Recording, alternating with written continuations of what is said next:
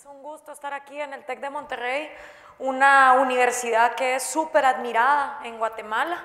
De hecho, yo tuve una amiga muy cercana que vino aquí a sacar su maestría y es para mí pues un honor. Lamento muchísimo que algunos espacios se hayan quedado sin lugar porque habíamos avisado que el cupo estaba lleno y pues bueno, lo bueno es que también nos están acompañando vía live stream, así que pues un saludo también a las personas que nos acompañan por ahí. Bienvenidos a esta conferencia que se llama República versus Populismo. Es una conferencia que he tenido la oportunidad a raíz de la viralización que tuvo el discurso que el año pasado di en Zaragoza de poderla dar en El Salvador, Nicaragua, en Brasil, Argentina, Uruguay, Chile, Ecuador, Colombia, Venezuela, Bolivia y por supuesto en Guatemala, desde donde vengo trabajando desde hace años. Obviamente es un reto enorme porque hay que pasar del discurso a la acción y ya van a ver un poco dentro de la conferencia cómo es que planeamos o cómo es que se ha planeado pasar un poco a la acción. No saben para mí el enorme gusto que fue cuando esa conferencia pues se viralizó, ese discurso de 11 minutos y poder ver que América Latina en una gran mayoría de personas compartían mi mensaje porque yo llevaba 5 años de estar gritando libertad en Guatemala y mucha gente me tacha de loca para arriba, entonces pues de la nada se suman más locos y yo siempre me acuerdo de Steve Jobs, que Steve Jobs siempre dijo: solo la gente que está lo suficientemente loca como para creer que puede cambiar el mundo es la que lo cambia, y por eso mi Twitter es Crazy Glorita, aunque todo el mundo se ría de él. Entonces ha sido una oportunidad enorme, pero que también, como dice en la película de Spider-Man, trae muchos retos, porque con un gran poder viene una gran responsabilidad, y obviamente pues ahora se trata de pasar a la acción. El hashtag que estoy usando dentro de estas conferencias es Rep versus Pop, que significa República versus Populismo, y yo los invito a que estén durante toda la conferencia en su Twitter, en su Facebook, en su Instagram, en la red social que más les guste, compartiendo las ideas, las frases, los comentarios que más les llamen la atención de esta conferencia, porque pues a pesar de que digan que yo soy joven, pues yo ya tengo 30 años y me sirve mucho, pues sí, me sirve mucho ver las cosas que se comparten para estar siempre como que al pendiente de lo que le llama la atención a los quinceañeros, los decisañeros, que son personas que van a estar votando dentro de poco. Algunas de las lecciones, digamos, que he podido aprender de estar en toda Latinoamérica es que, número uno, tenemos el mismo cáncer. La buena o mala noticia es que todos padecemos de la misma enfermedad, que es la enfermedad del populismo, y esa enfermedad está desde aquí, en el norte de México, hasta el sur de la Argentina, en la Patagonia. Eso es una buena noticia porque al menos no es de que cada parte del continente tenga una enfermedad diferente, no es que unos tengan SIDA, otros hepatitis, otros sífilis, y no, todos tenemos el mismo cáncer. Entonces, cuando tenemos el mismo cáncer, podemos hacer el esfuerzo todos de aplicar la misma quimioterapia o el mismo tratamiento, y esa quimioterapia que pues nosotros proponemos es la República, y esperamos pues que pueda funcionar. Otra de las cosas que he visto generalmente, y esto está pasando ahorita en mi país, donde si algunos estarán enterados, Guatemala salió a las calles a exigir la renuncia de la vicepresidenta Roxana Valdetti, no porque ella sea la primera corrupta que hemos tenido, no, lo que pasa es que desde que entramos a época democrática en el año 85, cada gobierno civil ha robado más que el otro, hasta que ya el descaro es insostenible, ya te pasan los yates y las haciendas y los helicópteros por tu cara y ya les da igual, y ese fue el caso de Roxana Valdetti. Entonces, bueno, no solo es robar, sino que encima ser descarado a la hora de robar, lo que la lleva a ser destituida, al igual que 3 ministros. Sin embargo, Guatemala está en un proceso electoral ahorita en septiembre. Y lo que está pasando es que somos muy buenos para alborotar el hormiguero y salir a protestar, pero luego somos pésimos para proponer. ¿Por qué? Porque el joven en América Latina se le ha enseñado a que no se meta en política. Yo no tuve ese problema, yo de hecho tuve demasiada política desde que era muy chiquita, porque yo vengo de una familia de cubanos, donde mi papá nació en Cienfuegos y llegó a Guatemala de 13 años, y por el lado de mi mamá es de Sololá, un departamento de Guatemala, y su papá era de Transilvania, Hungría, que también salió chancleteando porque pues entraron los soviéticos con el comunismo, entonces pues lo llevo un poco en los genes, ¿qué les diré? Pero aparte de eso, pues yo desde pequeña obviamente le preguntaba a mi abuela que por qué hablaban diferente. Yo le decía, abuela, pero ¿por qué ustedes hablan diferente? Y me decía, ¿cómo diferente, niña? Yo sí, o sea, yo voy al colegio y la gente no habla igual. Y el que haya conocido a un guatemalteco y el que haya conocido a un cubano, saben que, o sea, lo que tiene de tímido el guatemalteco no lo tiene de tímido el cubano, o sea, son dos maneras de ser bastante distintas. Y entonces ya mi abuela me decía, no, niña, porque nosotros somos de Cuba. Y yo, bueno, ¿y qué es eso? No, Cuba es una isla. Y yo, bueno, ¿y cuándo vamos? Imagínense, yo tenía 5 años, yo quería conocer de dónde venía mi familia, y mi abuela me dice, no, niña, tú estás loca, mira, esa isla está tomada por un barbudo medio loco, que le ha puesto ahí a todo el mundo a no poder ir al supermercado, a no poder comprar nada, no puede decir nada. Claro, imagínense tratarle de explicar a un niño de 5 años lo que es el comunismo, ¿no? Y entonces yo desde pequeña pues aprendí lo que era una tarjeta de racionamiento, lo que eran las colas, lo que era la escasez, lo que era el comunismo, todas estas cosas. Y yo asumía que todos mis compañeritos también estaban recibiendo la misma inducción. Claro, pues obvio, ¿cómo no vas a saber qué es Cuba? Hasta que de la nada uno empieza a crecer, tenés 16, 17 años y te encontrás con tus compañeros portando la t-shirt del Che Guevara. Y es como, brother, ¿y tú sabes quién es ese cuate? No, pero esto es revolución. Ah. Entonces ya te vas dando cuenta que no todo el mundo tiene idea de por qué sigue lo que sigue. Y en general, las juventudes latinoamericanas han sido enseñadas, no te metas en política, cállate la boca, por eso mataron a tu abuelo, por eso lo secuestró la guerrilla. No, uno no habla de política. Y entonces, ¿qué hace eso? Que tengamos una horda de jóvenes que están histéricos con el gobierno y con la corrupción del gobierno, pero que no tienen ni idea de cómo funciona la política, ni de qué es el gobierno, ni mucho menos tienen idea de lo que es la economía. Y entonces eso pasa, por ejemplo, en lugares como Occupy Wall Street, los indignados en España, las protestas que hay ahorita en Brasil por Dilma Rousseff, Yo Soy 132, los argentinos que están peleando para saber lo que pasó con el fiscal Nisman, ajá. Pero entonces uno llega con esos jóvenes, digamos que llega a CNN y los entrevista, ¿no? Y entonces es como, ¿y por qué están protestando? Porque el gobierno no funciona. ¿Y qué es lo que usted quiere? Más gobierno. ¿Y cuál es la propuesta? No sé, que el gobierno me resuelva. Entonces el joven está en un ciclo vicioso donde realmente sale a las calles, pelea porque el gobierno es corrupto, pero asume que por salir a hacer berrinche, el gobierno automáticamente va a decir, uy, salieron a protestar, más me vale reformarme, dejar de ser corrupto, dejar de robar. Y eso no va a pasar. Las personas que lucran y que se benefician de hacer negocio en el gobierno no van a volverse transparentes porque los jóvenes salgan a la calle a protestar. No va a pasar.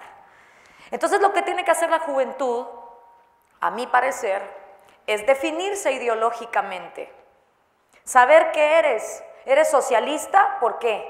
¿Eres comunista? ¿Por qué?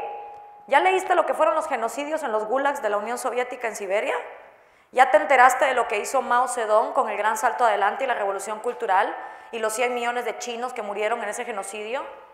¿Ya te enteraste de cómo las guerrillas comunistas en África están llevando a las poblaciones a una debacle absoluta?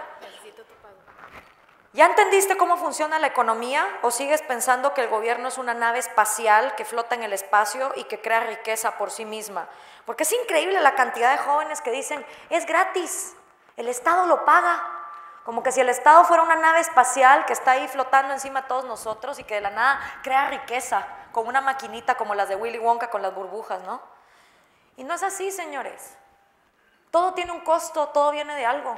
Y si los jóvenes no entienden eso, va a ser muy difícil que puedan resolver los problemas que tenemos en esta región. Así que lo primero que yo recomiendo es, defínete ideológicamente.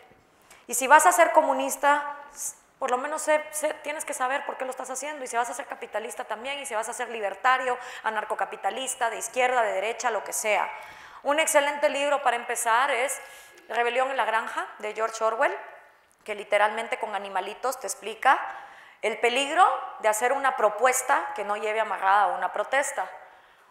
Y otros libros pues, que también pueden ayudar muchísimo, documentales históricos. La ventaja de la tecnología es que tú ya no estás esclavizado, como lo estuvieron tus papás y tus abuelos, al adoctrinamiento estatal. Hoy por hoy, Un niño en una favela que tenga acceso a internet, aunque sea una vez a la semana, ya no está condenado a que si su maestro no llega a la escuela, él tiene que ser analfabeta por el resto de su vida. No, ya no. Y hoy por hoy, la juventud de hoy por hoy tiene una gran ventaja en la palma de su mano. Tiene todo el conocimiento de la historia de la humanidad. ¿Sí? Los reyes, los emperadores y los dictadores no tenían esa ventaja hace 30, no digamos hace 50, no digamos hace 100 años. Ustedes hoy por hoy tienen todo el conocimiento que esta hermosa especie, capaz de los sueños más lindos y de las pesadillas más espantosas, como decía Carl Sagan, ha producido. ¿Para qué lo van a usar? ¿Para darle like a Kim Kardashian? ¿Para ver cuánta coca se mete Lindsay Lohan? ¿O también lo podemos usar tal vez para reformar nuestras sociedades y que a la hora de salir a protestar tengamos también propuestas? No sé, puede pasar cualquiera de las dos cosas. Porque la otra gran conclusión a la que llegué después de este viaje por América Latina, de que todos tenemos el mismo cáncer, de que los jóvenes no saben lo que quieren y salen a protestar sin tener propuesta, pero la tercera cosa a la que llegué a la conclusión es que definitivamente esta generación tiene el poder de decidir hacia dónde nos vamos a mover. A mí me han dicho 1000 veces, Gloria, ¿cuándo se va a acabar el populismo? Permítame. En 5 años, 8 meses, 3 horas y 40 segundos, exactos. Yo no tengo ni idea cuándo se va a acabar el populismo. Solo tengo consciente que el populismo se va a acabar cuando el latinoamericano deje de ver al gobierno como un Santa Claus y lo empiece a ver como un árbitro de fútbol, que está para decirle a cada quien que no se puede pasar por encima los derechos de los demás. Así que bienvenidos a República versus Populismo. Arrancamos ya que la tecnología no nos está fallando. Siguiente, por favor. Dale ahí, siguiente. Pues obviamente esta es una conferencia que estoy dando en América Latina, con lo cual tengo que arrancar de un tronco común. ¿Y cuál es el tronco común que tenemos como latinoamericanos? España. ¿Y qué nos cuentan en el colegio los maestros?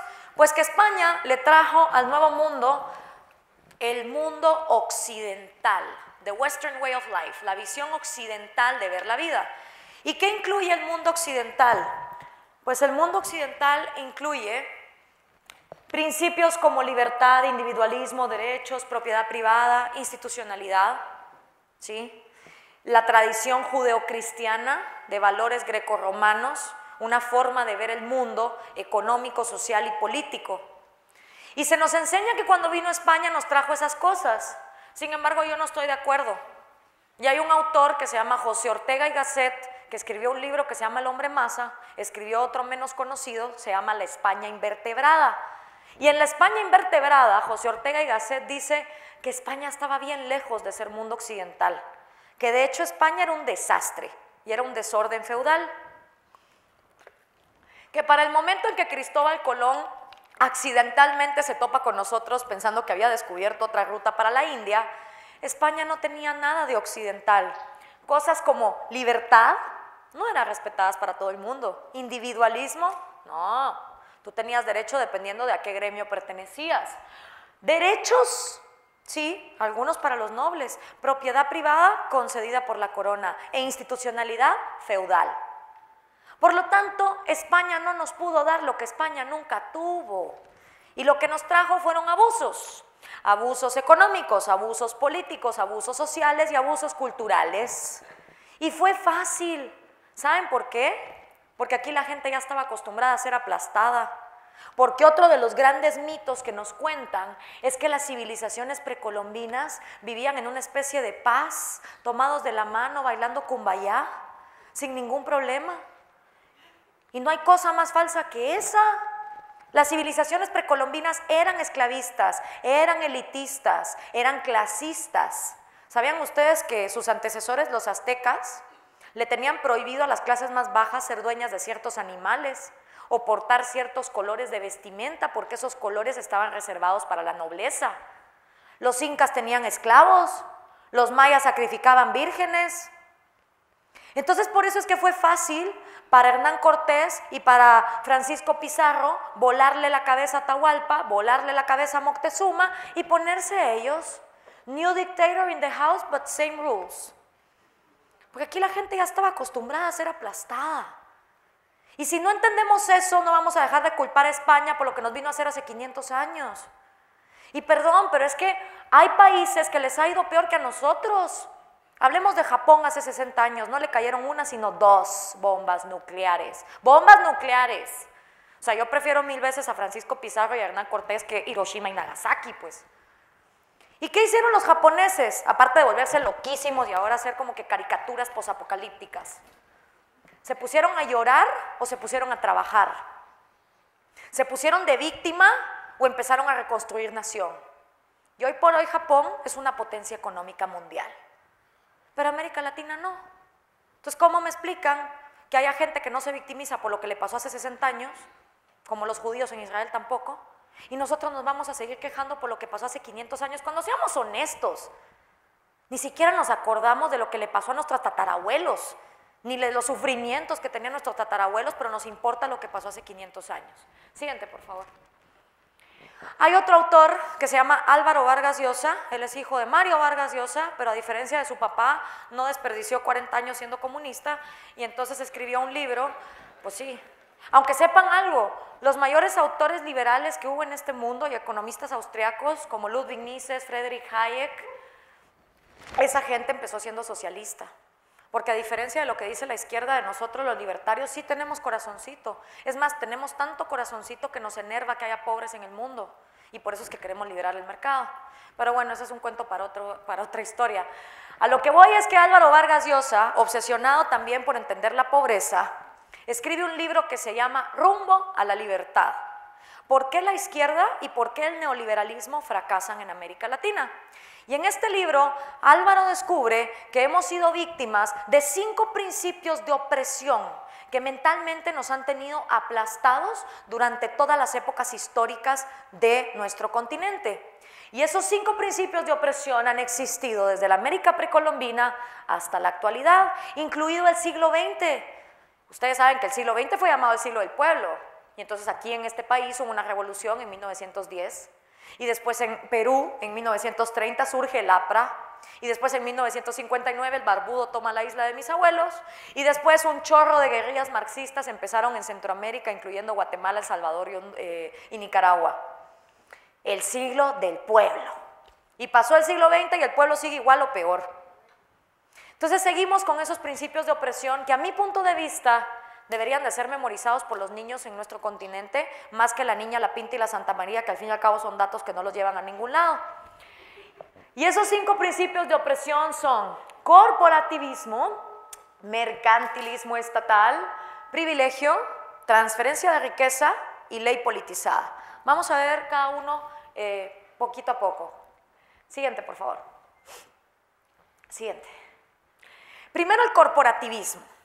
Corporativismo significa que el Estado o el gobierno en nuestros países no se relaciona con individuos, fíjese, se relaciona con grupos, con gremios. Dime a qué club perteneces y te digo qué derechos tienes. En este hermoso continente nuestro, nosotros aprendimos que no valemos nada por lo que tengamos en la cabeza ni por lo que tengamos en el corazón. Valemos dependiendo de a qué club social pertenecemos. Y entonces el club social que más bulla haga o que mejores amigos tenga dentro del gobierno, más derechos tiene. Y entonces surgieron gremios, gremios de artesanos, gremios de comerciantes, gremios de agricultores, gremios de terratenientes, gremios de extranjeros y si no, sindicatos que se vuelven todavía más elitistas que las supuestas élites que tratan de combatir. Pero el punto es, valemos por grupo, no como individuos.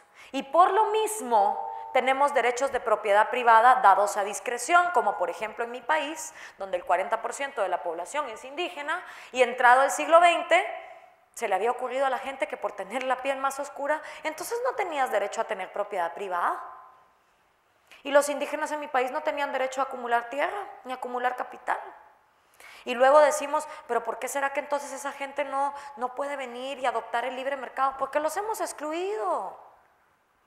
Y también eso hace que haya subidas de impuestos constantes, porque es obvio, tú no trabajas para ti, tú trabajas para mantener al Estado, un Estado lleno de arcángeles, por supuesto, que siempre tienen la benevolencia del pueblo en sus más últimas intenciones.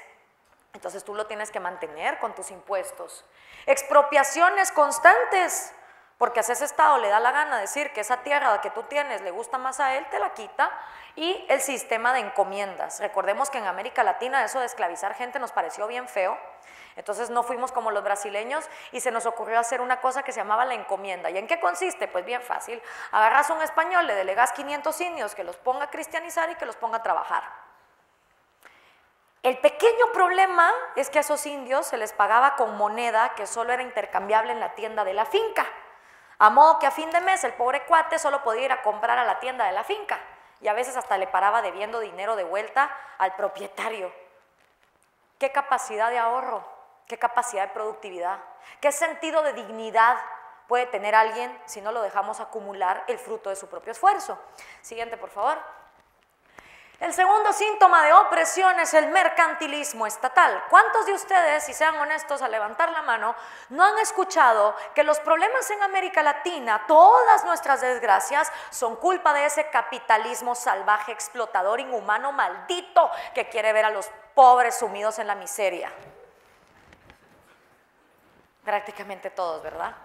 Bueno, pues déjenme contarles una cosa. Si ustedes se toman la molestia de leer la definición de la palabra capitalismo, tanto de Carlos Marx como de Adam Smith y todo el montón de economistas que hay in between, se van a dar cuenta que capitalismo significa libre mercado. ¿Libre de qué?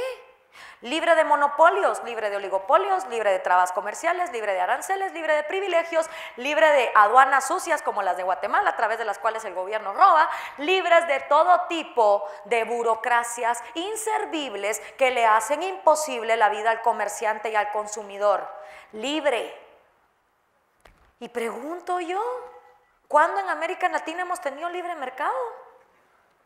Porque si un colombiano quiere ir a abrir un restaurante a Guatemala, no les cuento el chorro de sobornos, trámites, burocracias, impuestos, mordidas, coimas que tiene que pagar para poderlo lograr.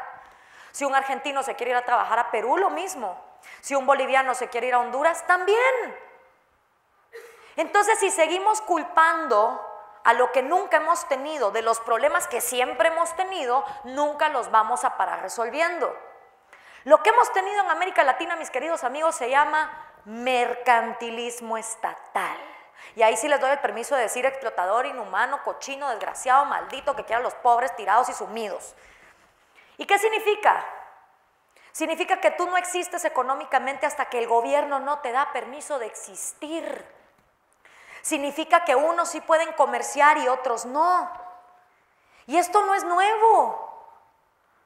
Como ya les conté, los aztecas le tenían prohibidas a sus clases más bajas comerciar ciertos productos. Y encima nos dicen, es que España maldita, nos trajo el mundo occidental y nos trajo el capitalismo. ¿Cuál capitalismo? Perdonen. España controlaba todo lo que le saqueaba a las Indias en un consejo que quedaba en Sevilla, cerca del puerto de Cádiz, una oficinita que se llamaba el Consejo de las Indias. Y todo lo que entraba y salía de este hermoso continente era vigilado ahí. Aparte, España le tenía prohibida la entrada al Nuevo Mundo a gitanos, árabes, chinos, alemanes, franceses, ingleses y prácticamente todo lo que no fuera español no podía venir aquí a comerciar.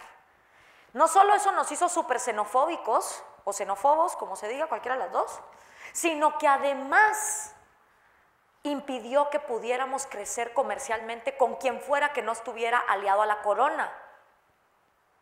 Entonces esa es nuestra realidad. Más de 1 millón de normas fueron decretadas durante los 300 años de vida colonial para impedir el comercio o restringirlo. 1 millón de normas en poblaciones donde el 85 o el 90% de la gente no sabían leer ni escribir. Y todavía tenemos el descaro de decir que el libre mercado es el causante de nuestros problemas. Siguiente, por favor. El tercer síntoma de opresión es el privilegio. ¿Hay abogados en la sala o estudiantes de derecho que me levanten la mano, por favor? Pues muy bien. Los estudiantes de derecho y abogados sabrán que la palabra privilegio viene del latín privis, que significa privados, y legum, que significa leyes. Nuevamente, leyes para los privados, leyes para los grupos. También los abogados sabrán que en este continente nunca ha habido igualdad ante la ley. Ha habido diferentes leyes para diferentes grupos, códigos de leyes para indios, códigos de leyes para comerciantes, códigos de leyes para extranjeros, códigos para el clero, códigos para esto y para el otro.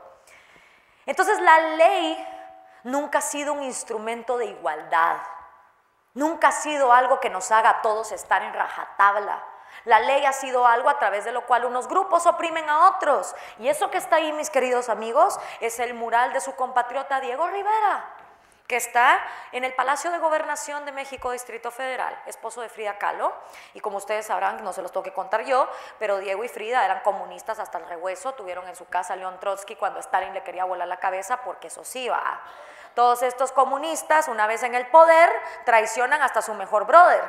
Por eso Fidel Castro se cargó a Camilo, Stalin le voló la cabeza a Trotsky y así son igualitos todos, traicionan hasta su madre. Pero pongo eso ahí, ¿sí?